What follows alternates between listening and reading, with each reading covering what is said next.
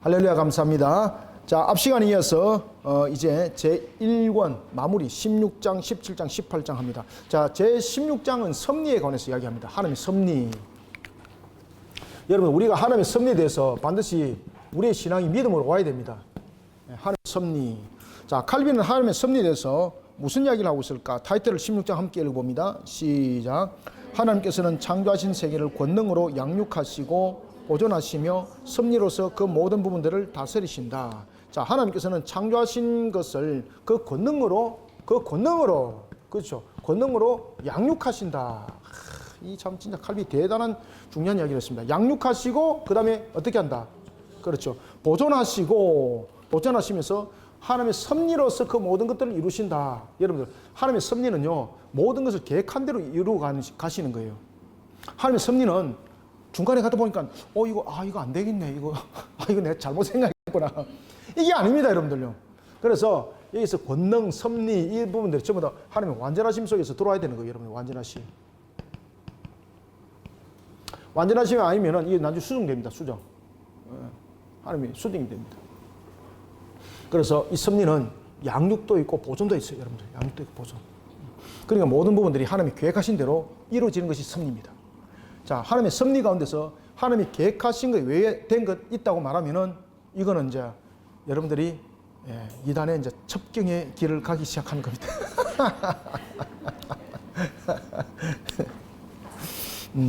창조와 섭리는 분리된다, 못 된다? 안 됩니다, 여러분들요.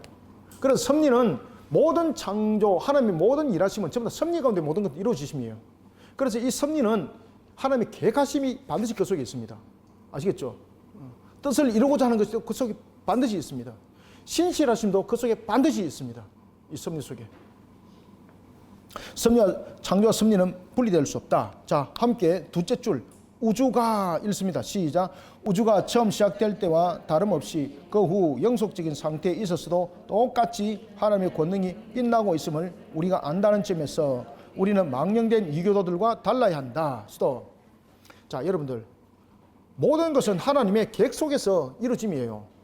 하나님의 계획 속에서 이루어지는 것인데 이것을 우리가 섭리가 이 속에서 또한 이야기가 주어질 때에 하나님의 주관하심이 들어와야 돼요.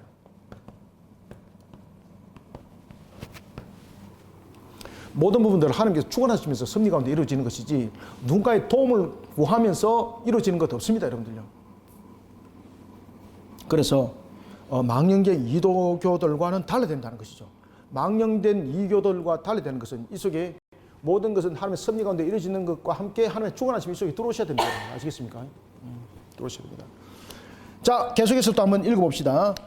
그러나 신앙은 시작. 그러나 신앙은 이보다 훨씬 더 안으로 들어서지 않으면 안 된다. 즉 하나님께서 만물의 창조주이시라는 것을 발견한 즉시 그가 만물의 통치자요 보호자라는 결론을 내리지 않으면 안 된다. 스톱. 그래서 만물의 통치자요 보호자는 것, 이 속에서 하나님의 주관하심이 들어오는 거예요. 주관하심. 그죠? 하나님의 주관하심이 들어온다. 그래서 창조와 섭리는 분리될 수 없습니다. 창조와 섭리가 분리될 수 없는 것은 하나님이 전부 다 주관하심이에요. 창조도 하나님이 직접 주관하심이고 그 이후도 하나님이 직접 주관하심이고, 다시 말하면 진화 상태에서 둔 것이 있다 없다? 없습니다. 그래서 여러분이 잘 아셔야 될 것은 빅뱅에 관한 부분들을 통해서 창조론을 말하고 있고 빅뱅을 통해서 생성을 말하고 있는 것 전부 다 그 잘못된 학설입니다. 그건 가정이에요, 가정. 자, 그 다음에 진화론. 진화론을 만약에 말한다면, 빅뱅을 말한다면 하나님의 주관하심이 있다 없다? 사라집니다. 모든 것에 대한 주관하심이 사라집니다. 아시겠습니까? 하나님이 주관하실 때에 때로는 주관하시는 것도 있고 주관하지 아니한 것도 있다, 이렇게 설명되는 거예요. 그런데 하나님은 모든 창조에서부터 시작해서 지금까지 모든 만물을 친히 주관하시며 섭리 가운데 모든 걸 이루어가실 때 친히 주관하시며 그냥 자연 상태로 두는 것 아무것도 없어요, 여러분들요. 그래서 여러분, 진화론은 성립이 안 되는 것이 아니라 없는 겁니다, 원래. 그런데 변형은 있죠. 변형은 무엇입니까? 하나님의 말씀대로 그대로 자연을 갖고 가지 못하다 보니까 자연이 오염됐죠. 오염되면서 생명체가 병들어가지고 허리가 삐뚤어지고 머리에 혹이 나고 뭐 이런 상태예요. 그건 진화가 아니잖아요. 그죠? 오염으로 인한 변형이죠. 그러면 그거는 회복되어서 치료될 수 있는 거죠. 그죠? 절대 진화는 없습니다.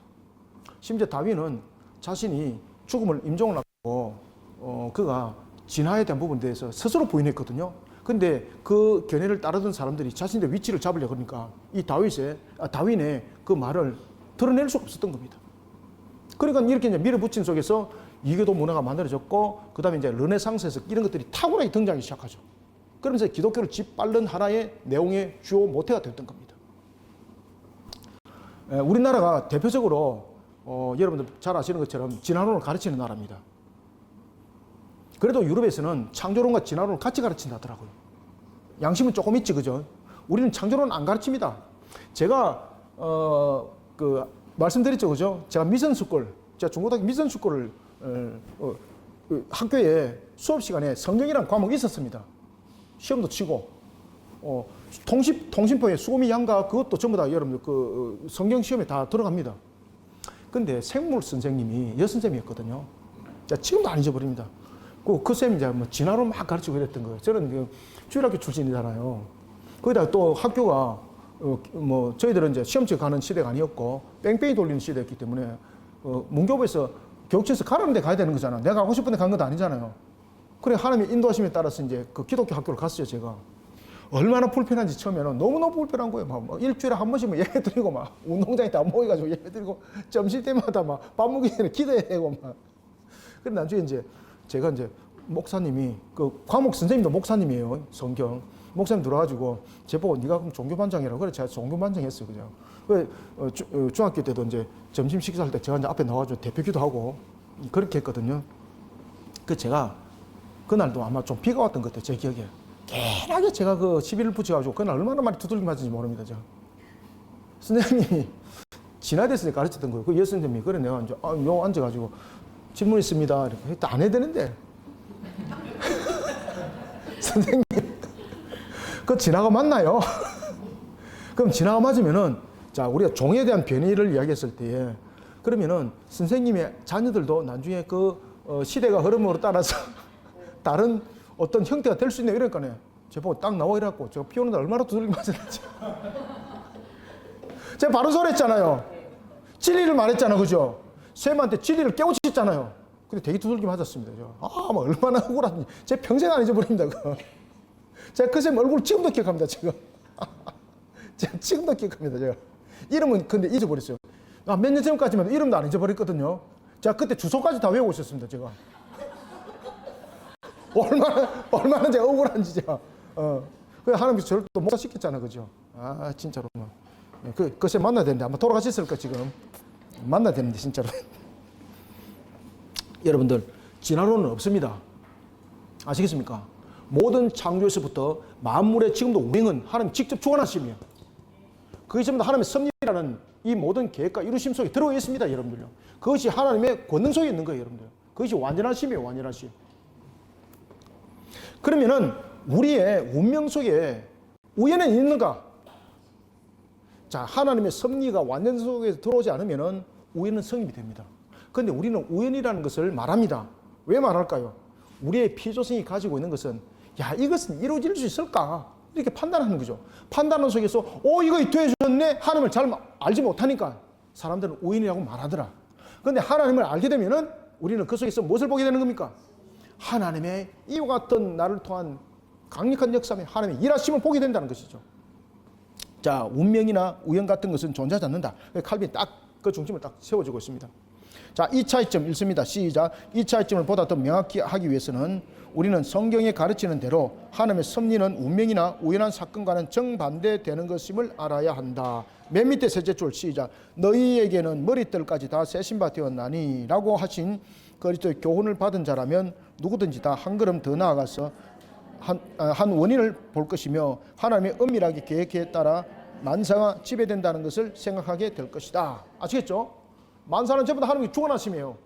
그러면은 나는 그러면 세상을 살아갈 때 그러면은 내가 이렇게 하는 것도 하나님이 다 이끌어 가시네? 그러면 내가 뭐 하는 것 없네? 이게 아닙니다, 여러분들요. 하나님께서 만사를 주관하실 때요, 우리의 인격에 대해서 허락하심과 그리고 그분에서 허용하심이 있어요. 자, 우리가 구원은 변함이 없습니다. 변동이 없습니다. 아시겠죠?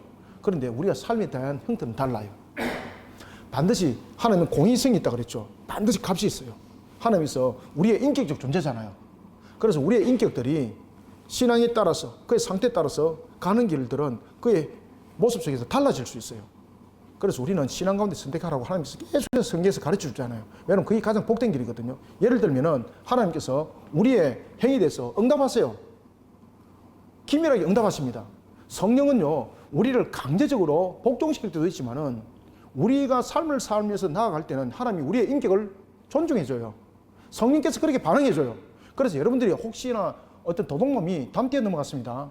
내가 오늘 저 집을 털고 말 것이라. 그래, 담을 뛰어 넘어갔습니다. 안 잡혔습니다. 오, 이 하나님 일하심이네.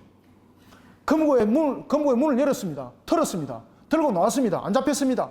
야, 하나님께서 이렇게 나를 지켜보시네. 이렇게 해석하면 안 돼요, 여러분들요. 아시겠죠? 그 행위에 대해서 하나님께서 반드시 나중에 값을 물어요. 그래서 우리가 살아나가는 삶을 통해서는요, 항상 신앙적 선택을 잘 하셔야 됩니다. 하나님께서 나를 이렇게 잘 만들어 가실 것이 아닙니다, 여러분들요.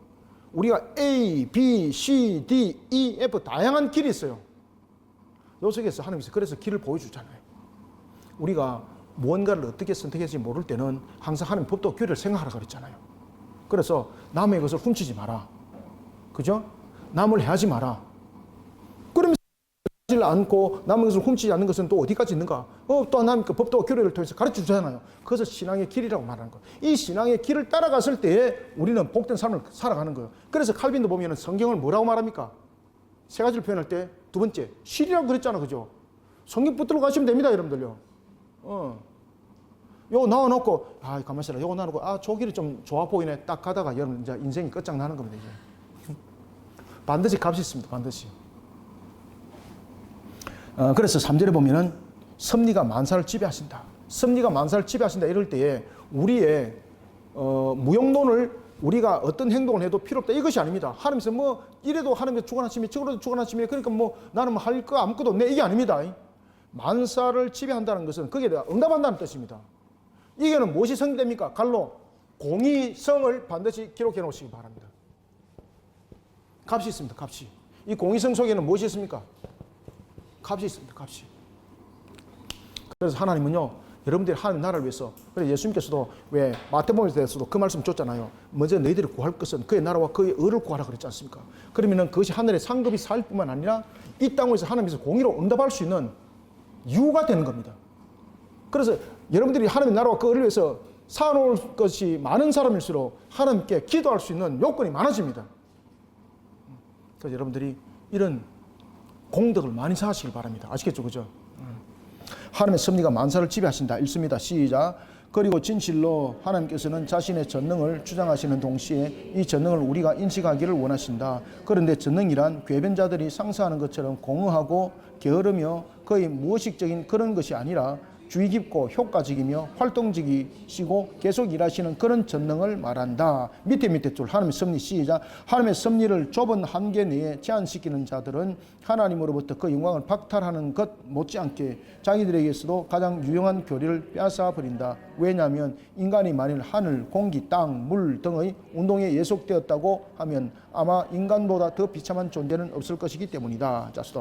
그래서 우리는요, 하나님께서 만사를 지배하실 때도 보면은 우리의 인격들의 보면 존재를 하나님께서는 인정하시고 그 일들을 진행해 나갔어요. 그래서 우리가 어떤 행위를 했을 때 반드시 그 값이 있습니다. 구원은 다릅니다. 구원은 하나님의 전적인 은혜 속에서 우리의 뭐 의지와 이탈되는 것이 없습니다. 그런데 우리가 살아가면서 여러분 이 값은 달라요, 여러분들요. 그래서 항상 신앙으로 반응하는 것이 매우 유용하다. 자, 다음에 이제 4절. 섭리 본질. 섭리라는 것은 하나님께서 땅 위에서 일어나는 사건들을 하늘에서 팔짱 끼고 지켜보는 것이 아니다. 그죠? 오히려 열쇠 관리자로서 모든 사건을 주관하신다는 것을 의미하는 것으로 독자들은 인식해야 한다. 이와 같이 섭리라는 말은 하나님의 눈 못지않게 그의 두 손에도 관련되어 있다. 밑에 넷째 줄 밑에 섭리는 시작. 섭리는 행위로 되어 있음을 알게 된다. 그러므로 단순한 예지에 대하여 크게 떠벌리는 것은 지나친 무지에서 오는 것이라 하겠다. 하나님은 공중의 상반부는 다스리시고 그 하반부는 운명에 맡긴다고 공상하는 사람들에 대해 나는 말하지 않겠다. 그러니까 주관하심이라는 것은 모든 만물을 하나님이 친히 주관하심이고요. 그 속에 또한 우리에게는 공의의 값이 있습니다. 여러분들. 그게 삶의 모습들입니다. 자, 다음에 또 넘어갑시다. 자, 제5절. 자, 5절 보겠습니다. 자, 하나님의 섭리는 또한 개개의 사건을 지도하신다. 제가 이제 방금 말씀드렸던 것처럼 개개의 사건을 지도하신다. 자, 둘째 줄 오른쪽 시작. 겨울과 여름의 서로의 변화는 하나님께서 그 각자에게 각각 일을 지정하시고 일정한 법칙을 제정해 주신 한, 즉 그것들이 순탄한 행로를 따라 계속 동일한 과정을 유지하여 밤이 지나면 낮이 오고 한 달이 지나면 또 한 달이 오고 한 해가 지나면 또 한 해가 오는 한 하나님의 사역이 될 것이다. 자, 맨 밑에 줄 하나님의 확실한 명령이 없이는 한 방울의 비도 떨어질 수 없다는 것을 명확하다. 자, 하나님의 섭리는 개개 사건에도 지도합니다. 그러면은 이 개개 사건이 일어나는 부분들로서 지도한다는 것은 우리가 행하고 있는 개인의 부분에 대해서도 그 값을 묻는다는 뜻입니다. 이게 아시겠죠? 하나님께서는 개개 사건도 지도하신다는 거죠. 그러면 그 지도하실 때에 우리의 모든 행위 속에서 나타나는 하나하나 부분들도 하나님께서 그것을 묻는다는 겁니다. 이것을 잘못 해석해서 인과응보적으로 해석하시면 안 돼요, 여러분들. 내가 이렇게 하면 뭐 주겠네, 이게 인과응보거든요. 이렇게 이제 잘못되면 신앙이 인과응보식이 되는 거죠. 그래서 우리는 항상 하나님의 말씀에 순종하는 신앙 속에서 하나님이 은혜를 베푸심 이렇게 응답해야 되는 것이지, 내가 이렇게 했기 때문에 이런 답이 오겠네 이렇게 인과응보식으로 여러분 또 해석하면은 하나님의 주관하심이 성립이 안 되는 겁니다. 내가 이렇게 했기 때문에 당연히 그렇게 받는 것이 되는 겁니다. 그건 주관하심이 아닌 거예요. 인과응보는 하나님의 주관하심이 아니에요. 인과응보는 내가 그렇게 했기 때문에 공식적으로 그냥 받는 거예요. 그냥 결론. 그런데 우리가 어떤 행위를 하더라도 하나님께서 은혜를 베풀지 않으면은 그 속에는 어떤 것도 결론이 없는 거거든요. 그래서 우리가 하나님 나라를 위해서 그 을을 샀다 그래서 우리는 당연하게 인과응보식으로 받는 것 아닙니다. 그럼에도 불구하고 하나님께서 은혜를 베푸셔서 우리에게 주심이에요. 모든 것들은. 그래서 이런 부분들이 항상 함께 성립이 되어야 됩니다. 인과응보는 은혜가 없어요. 인과응보는 대가예요, 대가. 그런데 인과응보와 비슷한 형태는 가지고 있습니다만은 인과응보가 아니라는 것은 그 중간에 무엇이 있습니까? 항상 하나님의 은혜가 있어요. 항상 하나님의 은혜가. 아시겠죠? 이것을 반드시 여러분 인식하시기 바랍니다.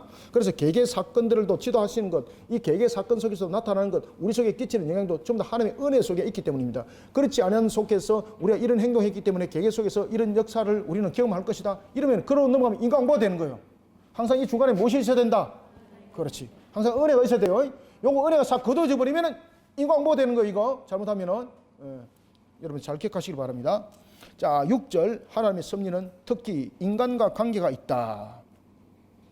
자, 세 번째 줄 실로 성경은 시작. 실로 성경은 하나님의 결정이 없이는 세상에서 그 어떤 일도 일어나지 않는다는 것을 보다 분명하게 설명하기 위해 가장 운명적인 것으로 보이는 것들도 다 하나님께 속한 것이라 말한다. 7절 하나님의 섭리는 자연현상을 조정한다. 읽습니다. 시작. 나는 또한 개개의 사건도 하나님의 특별한 섭리의 성격을 일반적으로 증거해 주는 것이라 생각한다. 하나님은 광야에서 바람을 일으켜 많은 메추라기를 자기 백성에게 보내주셨다.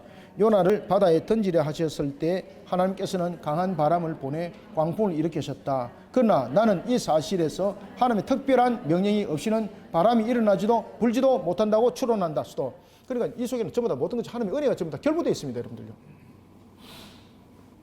자, 그래서 8절에 보면은 섭리의 교리는 스토아 철학의 운명론 같은 것이 아니다. 섭리의 교리는 운명론이 아니다. 자, 이 교리를 비난하려고 하는 자들은 이를 스토아 학파의 운명론이라고 하여 비방한다. 어스틴도 한때 이런 비난을 받은 바 있었다. 우리는 용어에 대해서 논쟁하는 것을 좋아하지는 않지만 그렇다고 운명이라는 말에 용인할 수는 없다. 밑에 줄 요컨대 어스틴은 만일 무엇이든지 모두 운명에 맡겨버린다면 세계는 목적 없이 움직이게 될 것이라고 일반적으로 주장하였다. 밑에 줄 그가 자주 사용한 허용이라는 말이 어떤 의미로 이해되어야 하는가는 하나님의 명령이나 허락이 없이는 어떤 사건도 발생할 수 없으며 따라서 하나님의 의지는 만물의 최고의 원인이며 제일 원인이라고 그가 정리한 데서 가장 잘 나타날 것이다. 그래서 제가 이제 허용적 작정이라는 단어를 제가 쓰잖아요. 그죠? 하나님께서 허용하지 않으면 안 일어납니다. 여러분들요. 하나님께서 허용하심이라는 것은 그조차도 주관하신다는 뜻이에요. 자, 모든 사건 9절 모든 사건의 참된 원인은 우리에게 감춰져 있다. 그러나 우리의 우둔한 마음은 하나님의 섭리의 높이까지 미치기에는 너무나 낮은 곳에 있기 때문에 우리는 그것을 끌어올리기 위하여 어떤 구별을 지을 필요가 있다. 그래서 나는 만물이 하나님의 계획에 의해 확실한 분배에 따라 제정되었으나 그것들이 우리에게는 우연적이라고 구별을 지으려고 한다.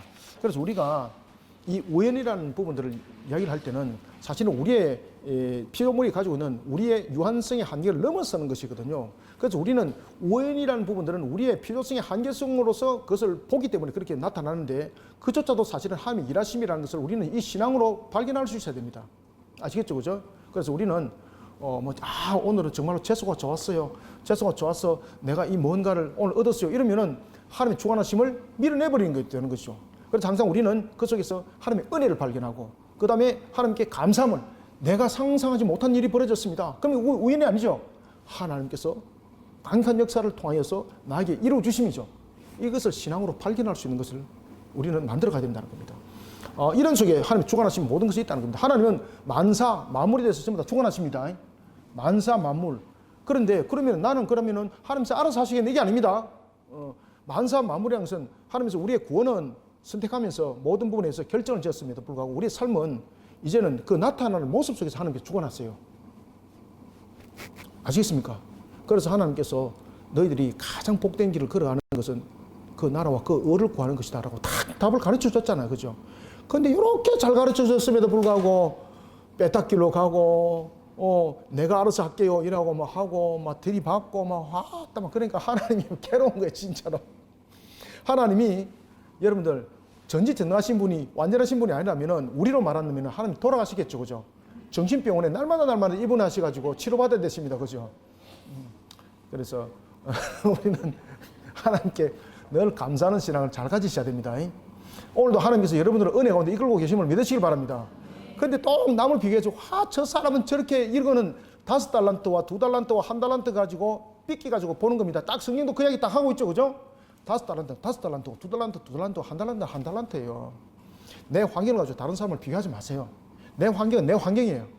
내 환경 속에서 감사를 먼저 보시길 바랍니다. 내 환경 속에서 감사 신앙을 먼저 길러내시길 바랍니다. 그럼 이것이 1달란트가 되고 2달란트가 되고 5달란트 돼요, 여러분들요. 그것은 키워나가는 거예요, 여러분들요. 그래서 믿음의 분량은 키우는 거라고 하지 않았습니까? 그 속에 하나님의 주관하심은 그렇게 반응해요. 그래서 만사 사건의 주관하심이에요. 아시겠죠? 나는 되지 못할 떡이기 때문에 나는 평생 원래 태어나면서 재수 없다 그랬어, 어머니가. 나는 해도 되는 것이 아무것도 없어. 아닙니다. 완전히 달라요. 절대 포기하지 마시기 바랍니다. 모든 것은 하나님께서 가능성을 우리에게 능력을 이미 줬어요. 나는 달란트가 없어요. 아닙니다. 모든 피조물들은 각자의 달란트를 다 가지고 있어요. 그래서 아름다움이 형성되잖아요. 그래서 하나님이 질서 조화로움이 있잖아요. 조화로움이 있다는 건 전부 다 각자 달란트가 다 있다는 뜻이에요. 나는 배운 것이 없어. 여러분, 배운 것하고 달란트 달라요, 여러분들요. 우리 교회 배움이 제일 없는 분이 믿음이 제일 좋아요. 배웠다는 사람들 믿음 없어요, 보니까. 아시겠습니까? 배우지는 못했지만 제가 이야기하면 그대로 다 지켜요, 여러분들요. 주무시기 전에 기도하세요, 여러분. 딱 꼬분으로 지켜. 다른 사람 기도도 안 해요, 여러분들요. 제가 또 일주일 지나면 또 확인해요. 그럼 그대로 다 했어요, 여러분들요. 왜 그대로 했어요? 그러니까 목사님이 시켰잖아요. 아시겠습니까? 여러분들요, 믿음은 학식이 아니에요. 믿음은 주님께서 주신 말씀대로 순종하는 것 속에서 자꾸 길러나가는 거예요. 그 속에서 하나님은요, 은혜를 베푸세요. 절대 여러분들이 능력 가지고 하나님께서 은혜를 베풀고 아닙니다. 여러분들이 능력이 아무리 탁월해도 제 같은 경우 아무리 많이 배워도 이것을 하나님의 영광을 위해서 사용 안 한다 그러면 하나님이요, 안 씁니다. 됐어. 니보다 더 뛰어난 사람도 많아. 됐어. 그냥 니는 거기에 앉아있어. 아시겠죠? 그죠? 그래서 내가 가진 것을 자꾸 흘러내줘야 돼요. 그래서 가장 은혜스러운 사람이 누군가 하면요, 비성과 기온과 히데엘과 유브라데예요. 에덴 동산에 있는 문을 흘려보냈잖아요. 대값이. 그죠? 그렇게 하셔야 됩니다. 그것도 하나님 주관하시며 만사, 만물을 주관하시며 하나님께서 그 속에 무엇이 있다 중간에 항상 은혜가 있어요. 항상 은혜가. 항상 은혜는 함께 가요. 항상 은혜는. 하나님 주관하심 속에는 항상 무엇이 함께 간다? 항상 은혜가 함께 가. 항상 은혜가 함께. 아시겠죠? 나는 해도 은혜가 없다. 이게 아닙니다. 그 신앙이 잘못 배웠기 때문이에요. 항상 은혜는 함께 가요, 여러분들요. 제가 칼빈하고 제가 같은 동시대에 태어났으면 제가 얼마나 할 말이 많았겠습니까? 그죠? 아마 기독교 강령만 조금 더 보완됐을 겁니다. 자, 제 17장 봅시다.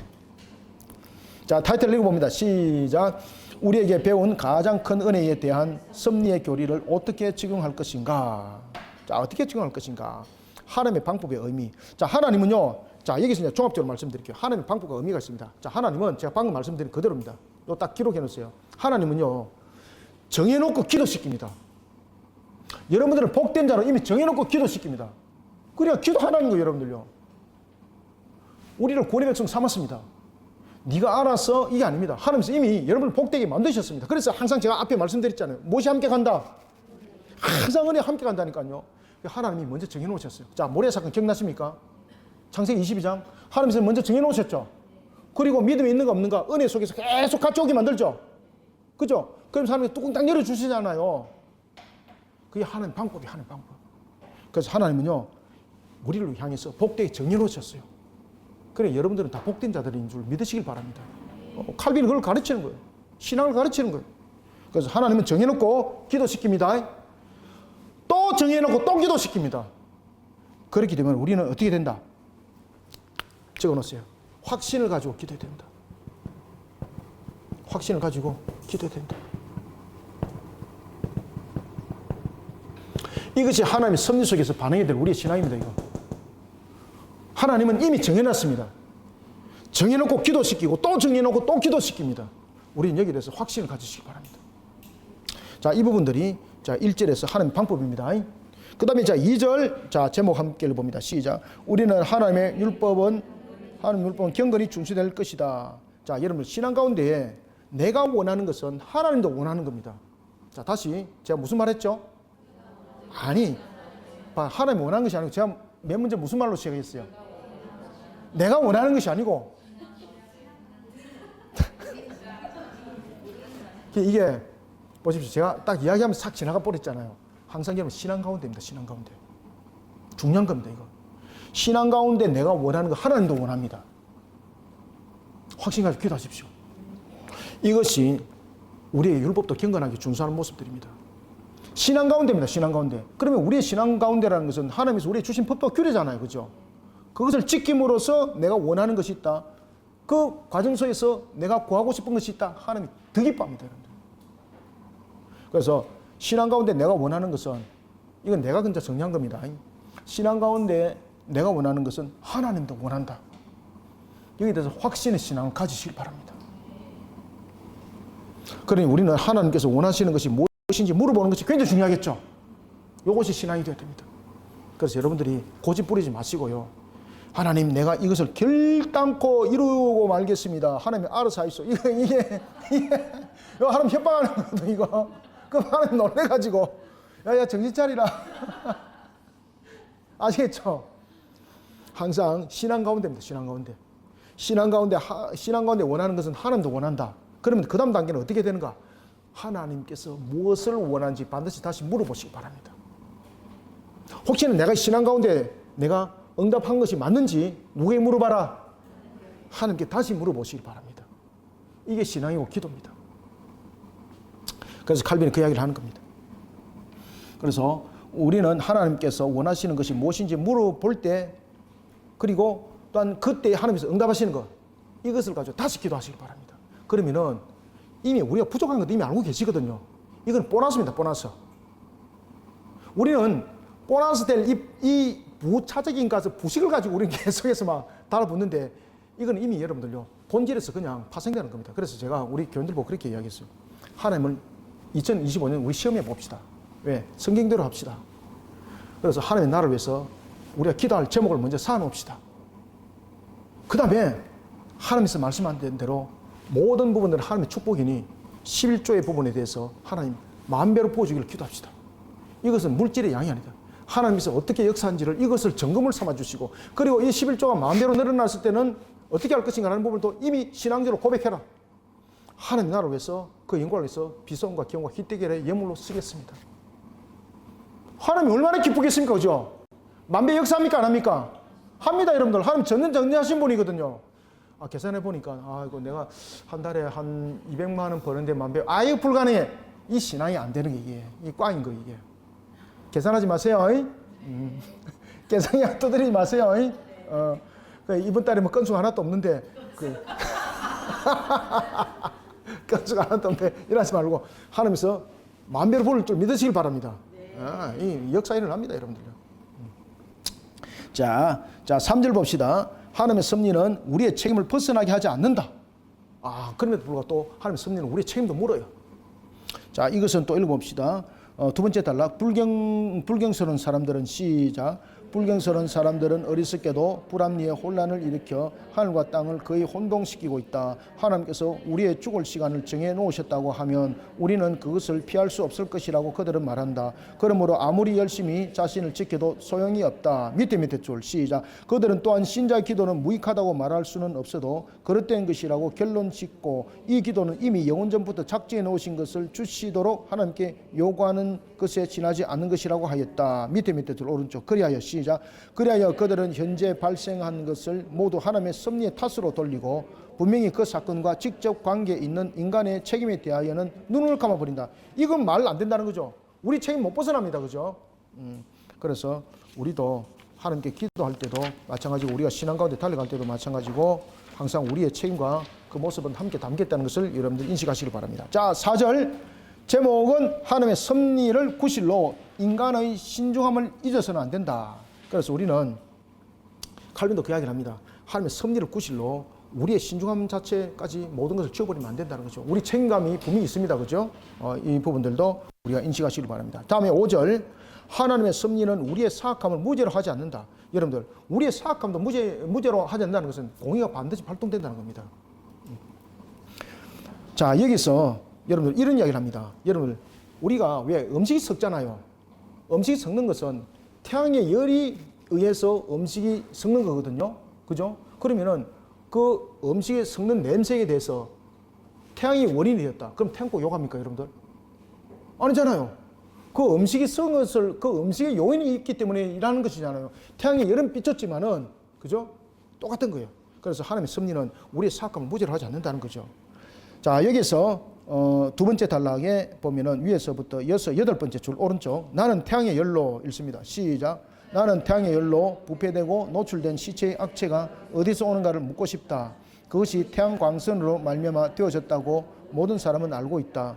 그러나 이러한 이유로 그 악취가 광선에서 나온다고 말하는 사람은 아무도 없다. 이와 같이 악의 실제와 죄책은 사악한 인간에게 있다. 아시겠죠? 그래서 태양 때문에 냄새가 나는 것이 아니라 부패했기 때문에 부패한 것에서 냄새가 납니다. 그러면 그 원인은 내게 있는 겁니다. 그래서 항상 우리 하나님의 섭리를 바라보면서 회개신앙을 바르게 세워나가는 신앙들이 되시길 바랍니다. 자, 그 다음에 이제 6절 믿는 자의 위안이 되시는 하나님의 섭리. 자, 하나님은요 모든 원인에 대해서 일차적 원인을 가지고 계십니다. 1차적 원인이라는 것은 모든 부분의 시발점이라는 거죠. 이 1차적 원인이 하나님께서 있음으로써 우리에게 2차적 원인 속에서 이 모든 영향을 끼치 나가는 겁니다. 믿는 자의 위안이 되시는 하나님의 섭리. 자, 읽습니다. 시작. 그리스도인의 마음은 만사는 하나님의 계획에 의하여 발생되며 무엇 하나도 우연히 발생하지 않는다고 확신하기 때문에 하나님을 사물의 근본 원인으로 바라보며 2차적인 원인들에 대해서는 적절한 위치에서 주의를 기울이게 된다. 스톱. 그래서 79조 위에서 셋째 줄 또 읽습니다. 시작. 무엇보다도 중요한 것은 시작. 무엇보다도 중요한 것은 우리를 향하신 하나님의 이 특별한 돌보심을 인식하는 것이다. 이러한 이유에서 그리스도께서는 아버지께서 허락지 아니하시면 참새 한 마리도 땅에 떨어지지 않는다고 말씀하신 후에 곧이어 이것을 다음과 같이 적용하셨다. 즉 우리는 참새보다 훨씬 더 귀하여 따라서 하나님께서는 우리를 철저하게 돌보신다는 것을 인식해야 한다는 것이다. 아시겠죠? 그죠? 이런 하나님의 섭리는요 번창, 다시 말하면 하나님은 섭리 가운데 그 모든 일들을 이루어 가실 때에 사실은 우리를 이 땅에 두셨잖아요. 그래서 반드시 여러분 기억해야 될 것은 창세기에 대해서 생육번성 1장 28절 생육번성 충만에 이르게 할 것이라는 하나님의 선언적 축복이 있죠. 요거 여러분 굉장히 중요한 신앙입니다. 이게 뭔가 하면은 번창하는 하나님의 섭리예요. 하나님은요 우리를 통해서 번영을 이루기를 원해요. 자, 이제 앞서도 말씀드렸죠. 하나님께 창조 원리 속에 보면은 창조는 질서와 무엇입니까? 조화로움을 통해서 무엇을 계속 유지해 나간다? 아름다움이죠. 이 아름다움이 순간에 멈춰버리면은 하나님은요 하나님의 창조 원리 속에 이 모든 부분들은 적용이 되지 않는 겁니다. 그래서 하나님은 이 아름다움이 계속되는 것을 하나님은 원하기 때문에 생육번성 충만한 축복을 선언적 축복을 했습니다. 여러분들이 그 생업들이 번성하여서 계속가는 것이 하나님 뜻이에요. 여러분들요. 멈춰져 버린 것은 내 신앙이 문제가 있다는 뜻이죠. 그죠? 환경 속에서 나의 욕심이 문제가 됐다는 뜻이죠.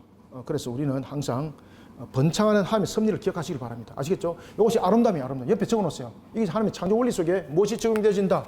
아름다움의 원리. 이게 아름다움의 원리. 번창하는 하나님의 섭리가 아름다움으로 형성되는 거죠. 여러분들의 삶을 하나님은 계속해서 아름다움으로 만들어가기를 원해요. 아시겠죠? 여러분들이 모든 사역 속에 아름다움을 만들어가기를 하나님이 원해요. 여러분들이 멈추는 것 하나님은 기뻐하지 않아요. 여러분들요. 그래서 여러분들이 내가 더욱더 번성하기 위해서는 어떤 수단과 어떤 방법인가 이것이 아니고 하나님의 섭리 가운데 우리가 신앙으로 바르게 반응하면요, 하나님은 이것을 조화로움 속에서 아름다움으로 계속해서 만들어가요. 앞에도 제가 말씀드렸잖아요.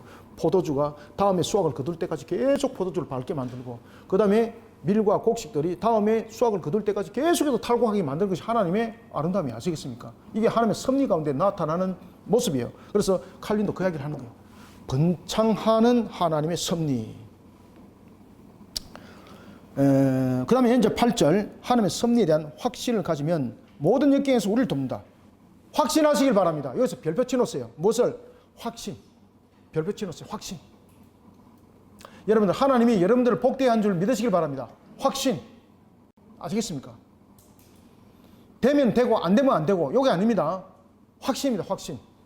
자, 함께 읽습니다. 어떤 역경, 시작. 어떤 역경에 닥쳐올지라도 그는 즉시 마음을 하나님께로 향할 것이며 하나님께서는 자기의 손으로 인내와 마음을 평온을 그에게 가장 깊이 새겨 주실 것이다. 자, 그러나 맨 밑에 줄, 그러나 시작. 그러나 우리를 괴롭히는 재난과 고난이 인간의 간섭 없이 일어날 때는 모든 변형은 하나님의 축복을 그 근원으로 하여 흘러나오고 모든 재난은 하나님의 저주라고 하는 율법의 교훈을 상기하자.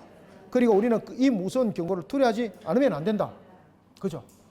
하나님께서 우리에게 두려움을 주는 것은 더욱더 우리에게 믿음을, 견인을 일으킴이죠. 그죠? 그래서 이것을 여러분들이 참고하시기 바랍니다. 다음에 이제 9절, 중재하는 원인을 경시하지 않는다. 자, 그러나 7, 80페이지. 그러나 그럼에도 불구하고 경건한 사람은 제2차적 원인도 무시하지 않는다. 그런 사람은 자기에게 유익을 준 사람들을 하나님의 은혜의 사역자들로 생각하기 때문에 그들을 그 인간적 친절에 대한 감사를 받을 가치가 없다고 생각지 않는다. 그러니까 여러분 보십시오. 이게 섬김과 나눔도 굉장히 중요하다는 겁니다. 이게 하나님의 섭리를 의심치 않는 사람들입니다. 아시겠죠? 그죠? 그런 사람들이 복된 길을 갑니다. 아, 맞다. 그래서 내가 섬겨야 돼. 또 이래 잘못 가면 또 인간 홍보됩니다. 그죠? 항상 신앙서에서 이런 반응들을 잘 하시라는 것입니다. 자, 그래서 칼빈이 그 이야기를 딱 합니다. 밑에 줄 있습니다. 요컨대, 시작. 요컨대 그는 자기가 받은 은혜에 대하여, 그렇지, 대하여는 하나님의 사역자로 존경할 것이다. 자, 다음에 이제 10절.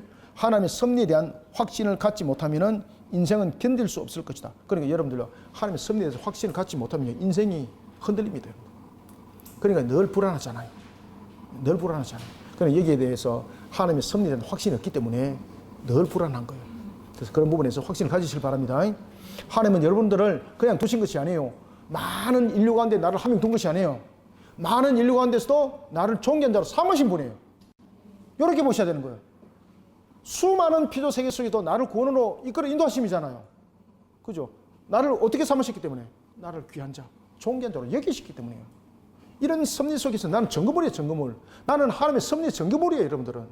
그래서 모든 일을 행하실 때 자신감을 가지세요. 내 모습 속에서 부끄러운 것이 많을지라도 하나님은 나를 세우심이 세상 속에서 가장 존귀한 자로 세웠어요. 일단. 그러면 그 값이 되시길 바랍니다. 아시겠죠? 그 가치 속에서 살아가셔야 됩니다. 그래서 하나님의 섭리에 대해서 확신을 가지 못하면 인생은 견딜 수 없다. 야, 이게 참 멋진 단어죠. 그죠? 확신을 가지시길 바랍니다. 이래가지고 또 이 확신 가지고 또 엉뚱한 짓 하지 마시고. 자, 다음에 11절을 함께 읽습니다. 제목 시작. 하나님의 섭리에 대한 확신은 기쁜 마음으로 하나님을 신뢰하게 만든다. 아멘. 아, 보십시오. 다음에 안에 내용 읽습니다. 경건한 사람 시작. 경건한 사람이 받는 위로는 하늘에 계신 아버지께서 만사를 권능으로 보존하시고 권위와 의지로 지배하시며 지혜로 조정하시기 때문에 어떠한 일도 하나님의 허락 없이는 발생할 수 없음을 아는 것으로 나는 말하고 싶다. 자, 스톱. 그래서 이제 81쪽 넘어갑니다. 자, 여러분들, 하나님은 그 뜻을 변개치 않습니다. 하나님은요, 완전하신 분인데 우리를 향해서 후회하지 않습니다. 근데 신앙으로 바르게 반응하지 못했던 사울, 하나님께서 뭐라고 이야기를 하고 있습니까? 신인 동료 측면에서 우리에게 강력한 부분들 말씀을 주고 있는 것 아니겠습니까? 그래서 신앙으로 반응했던 다윗 회복을 받잖아요. 그죠? 다윗도 여러분들 모순된 길을 얼마나 많이 걸었습니까? 바세바 사건 기억나시죠? 그 다음에 인구를 계수했던 사건들. 사울은 그 짓 안 했거든요. 근데 다윗은 신앙으로 나중에 반응했잖아요. 하나님께 무릎을 꿇고. 이게 중요합니다. 항상 하나님은 우리를 향해서 도우시는 분이라는 거. 우리를 존귀한 자로 우리를 구원에 이르게 했지 않습니까? 그럼 구원에 이르게 하고 네 알아서 해 이렇게 안 해요. 항상 은혜가 함께 가요, 여러분들요. 항상 함께 가고 있습니다. 이때에 우리는 하나님의 섭리에 대한 확신을 가지고 그리고 그 신앙에 늘 엎드리시기 바랍니다. 우리는 부족하잖아요. 그러니까 하나님께 은혜를 구하세요, 여러분들요. 우리는 연약하잖아요. 하나님께 능력을 구하세요, 여러분들요. 그러시면 됩니다. 그래서 13절에 보면 성경은 인간의 예를 돕고자 하나님의 구애를 말하지만은 이것은 신인 동력론적 측면에서 우리를 하여금 더욱더 신앙으로 가라는 측면입니다. 사울을 향해서 내가 그를 왕으로 세웠던 것을 후회한다. 또는 창세기 6장에 보면은 사람을 만들었음을 하나님께서 한탄하시고 이라는 부분들은 신인 동력 측면에서 신앙으로 바른 길을 가지 못한 부분에 대한 하나님의 강력한 부분들을 지적을 하고 있는 부분들이죠. 그죠? 그래서 그 후회라는 것은 신앙으로 바로 세워지지 못한 부분들 속에서 응답하시는 거예요. 그래서 우리는 이런 모습 속에 세워지면 안 돼요, 여러분들요. 자, 다음에 14절 함께 읽습니다. 시작. 제목. 하나님께서는 자신의 계획을 확고하게 실행하신다. 자, 82쪽 넘어갑시다.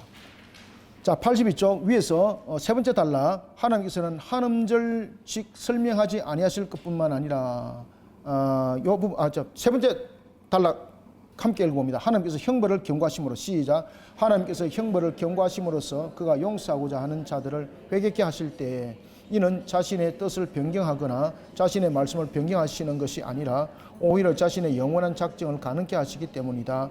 다만 쉽게 이해할 수 있는 것은 하나님께서는 한음적실 설명하지 아니하시는 것뿐이다. 실로 이사야의 다음과 같은 말은 진실한 것으로 존속되어야 한다. 만군의 여호와께서 경영하셨음은 즉 누가 능히 그것을 피하며 그 손을 펴선즉 누가 능히 그것을 돌이키랴. 그래서 우리는 하나님이 자신의 계획을 확고하게 실행해 나가는 것 잊지 마시기 바랍니다. 그 속에 저와 여러분들 세워진 겁니다. 자, 마지막으로 이제 18장 18장은 이제 매우 짧습니다. 자, 18장 타이틀 제목 읽습니다. 시작. 하나님께서는 불경건한 자의 일을 이용하시며 그들의 마음을 굴복시켜 자신의 심판을 수행하심으로써 하나님은 여전히 모든 더러움에서 분리되어 순결을 유지하신다. 자, 제가 이제 수행과 이행을 조금 구분해 두라 그랬죠, 그죠? 여기서 수행은 이제 무엇이겠습니까? 하나님께서 생각하시고 계획하신 것 모든 것을 다 이루어 가신다는 뜻이에요, 이게. 하나님께서 자신의 심판을 수행하심이죠. 이것은 이행이 아니죠. 그죠? 수행하심이죠. 하나님께서 심판은 결국은 모든 것에 대한 계획에, 우리의 구원에 대한 계획을 이루었던 것에 대한 모든 성취를 결론을 짓는 것이죠. 그래서 이행이라는 단어보다는 수행이 맞죠. 그죠? 아시겠습니까? 이제 좀 구분이 좀 되셨죠? 자, 단순한 허용이 아니다. 하나님의 엄밀한 명령이 없이는 인간으로서는 아무 일도 성취할 수 없다는 것. 하나님께서 이미 작정하시고 자신의 엄밀한 지시에 따라 결정하신 것 이외에는 그들이 무슨 일을 결정해도 인간으로서는 아무것도 성취할 수 없다는 것은 수없이 많은 명백한 증거들이 입증해주고 있다. 그래서 단순한 허용이 아닙니다. 그 다음에 두 번째 2절 하나님의 충동이 어떻게 인간에게 전해지는가. 여러분들 하나님의 충동이 인간에게 어떻게 전해지겠습니까? 자, 이건 읽으셔야 됩니다. 83쪽 맨 위에 줄 시작. 실로 하나님께서는 자주 사탄의 중재 활동을 통하여 악한 자들에게서 활동하시지만 그러나 사탄은 하나님의 충동과 허용에 의해서 그에게 허락되는 한에 있었으면 자기 일을 수행한다는 것을 나는 인정한다. 자, 수도. 그러니까 결국은 하나님의 충동이 인간에게 어떻게 전해지는가. 결국은 모든 것이 하나님께서 계획하심이 되는 것이죠. 그래서 어떤 부분들을 통해서도 우연히 또는 어찌하였기 때문이 아닙니다. 모든 것은 하나님의 계획 속에서 실행되어진다는 것을 우리가 잊지 마시길 바랍니다. 그래서 하나님은 모든 것에 대해서 수행한다는 것은 자신이 생각했던 것들, 그 계획 속에서 모든 것을 이루어간다는 뜻입니다. 그래서 이 부분이 수행이라는 단어가 딱 등장한 겁니다. 자, 그 다음에 3절 하나님의 의지는 통일체를 이룬다. 자, 만일 그리스도의 십자가에 못 박혀 죽으심이 하나님의 뜻으로 된 것이 아니라면 우리의 구속은 어디서 올 것인가? 그죠? 그러니까 하나님의 의지는요, 통일체를 이루는 것이죠. 하나님께서 계획하신 것, 어떻게 구원할 것인가, 그것이 예정이죠. 그 다음에 어떻게 우리의 구원에 이르게 할 것인가, 예수 그리스도를 통해서 이루실 것에 대해서 작정하셨죠. 그리고 그것을 실행을 하셨죠. 그죠? 모든 부분들을 하나님께서 십자가에서 이루셨죠. 이런 부분들 하나님의 의지는 통째로 이루어요. 어떤 것도 하나님의 의지가 통째로 이루지 않는 것도 없어요, 여러분들. 그래서 하나님의 의지가 통째로 이룬다는 것은 이미 계획한 것이 함께 가는 거예요. 그래서 하나님의 의지는요, 순간순간의 판단이 아니에요. 우리의 의지는 순간순간의 판단이 되잖아요. 근데 하나님의 의지는 순간순간의 판단이 아니에요. 그래서 칼빈이 그 이야기를 딱 하는 거죠. 모든 것은 하나님의 심판은 수행이라는 거죠. 수행. 수행은 이미 계획했던 것들, 이미 생각했던 것들을 이루는 거예요, 이게. 아시겠죠? 그래서 하나님께서 의지도 마찬가지입니다. 하나님의 의지도 수행이죠. 그래서 통째를 이루고 있는 거예요. 자, 그 다음에 4절 함께 읽습니다. 시작. 하나님께서 자신의 목적을 위하여 믿지 않는 자의 행위를 이용하실 때도 하나님은 비난당하지 않는다. 왜 그럴까? 읽습니다. 시작. 인간이 하나님의 작정하신 바를 수행하면 그것은 그들이 하나님의 뜻을 순종하는 것이기 때문에 그들이 정죄를 받는다는 것은 부당하다는 것이다. 그러나 그들의 말 속에는 하나님의 의지와 그의 교훈이 잘못 혼동되어 있는데 이 양자의 차이가 얼마나 큰가는 수없이 많은 신뢰들에 의해서 명백하게 보여지고 있다. 자, 여러분들 보십시오. 하나님이 자기 목적을 위해서 믿지 않는 자의 행위를 이용했죠. 그래도 하나님 비난받지 않습니다. 왜 그런가 하면 자, 보십시오. 바벨론을 통해서 이스라엘을 멸망에 이끌었잖아요. 그런데 바벨론이 하나님께서 허용한 것을 넘어서 버렸죠. 그죠? 그들이 잔인하게, 하나님이 허용 안 했죠. 그죠? 그런데 잔인하게 그들을 짓밟으면서 학살을 하죠. 그죠? 그 다음에 또 하나는 그들이 성전을 파괴를 하면서 하나님께서 성전 파괴도 하면서 전부 다 허용이죠. 그런데 성전을 파괴하면서 어떻게 했습니까? 여호와를 조롱하는 거죠. 자신의 신이 이겼다는 거죠. 그러면서 성전의 기물을 가지고 자신들의 신전으로 가져갑니다. 그리고 자신들의 신전 앞에 널어놓습니다. 우리의 신이 여호와를 이겼다. 이게 여러분 하나님의 허용이 아니죠. 그래서 하나님께서 그들을 멸해도 하나님께서는 비난의 대상이 될 수 없는 거죠. 이해됐습니까? 혹시나 여러분을 보시면 성경 보면 아수르, 바벨론 하나님께서 도구로 쓰고 말이지 그들을 멸망시키는 것은 하나님이 이거 잘못된 건 아닙니까? 이렇게 말할 수 있는 거죠. 근데 그 속에는 전부 다 무엇이 있습니까? 전부 다 오히려 하나님을 향해서 조롱하고 욕되게 했던, 허용하지 않았던 그런 부분들 속에서 그들은 심판을 당했던 겁니다. 자, 이제 마지막으로 보겠습니다. 자, 마지막, 자, 84페이지. 자, 밑에서부터 자, 셋째 줄 하나님께서 읽고 이제 마무리합니다. 시작. 하나님께서 그 일이 그렇게 이루어지도록 명하신 것이었다. 그러면서 백성의 반역은 정당하게 정죄되고 있다. 저들이 정죄된 이유는 저들이 하나님의 의지를 반대하여 다윗의 집을 배반하였기 때문이다. 자, 여러분들 수고하셨습니다. 제가 시간 맞춰서 딱 끝난다 그랬잖아요. 그죠? 그래서 참 감사하고 또 여러분들 수고하셨고 계속해서 기도 강요는 또 겨울 방학 때 진행을 하도록 하겠습니다. 자, 오늘은 여기서 마치겠습니다. 감사합니다. 수고하셨습니다.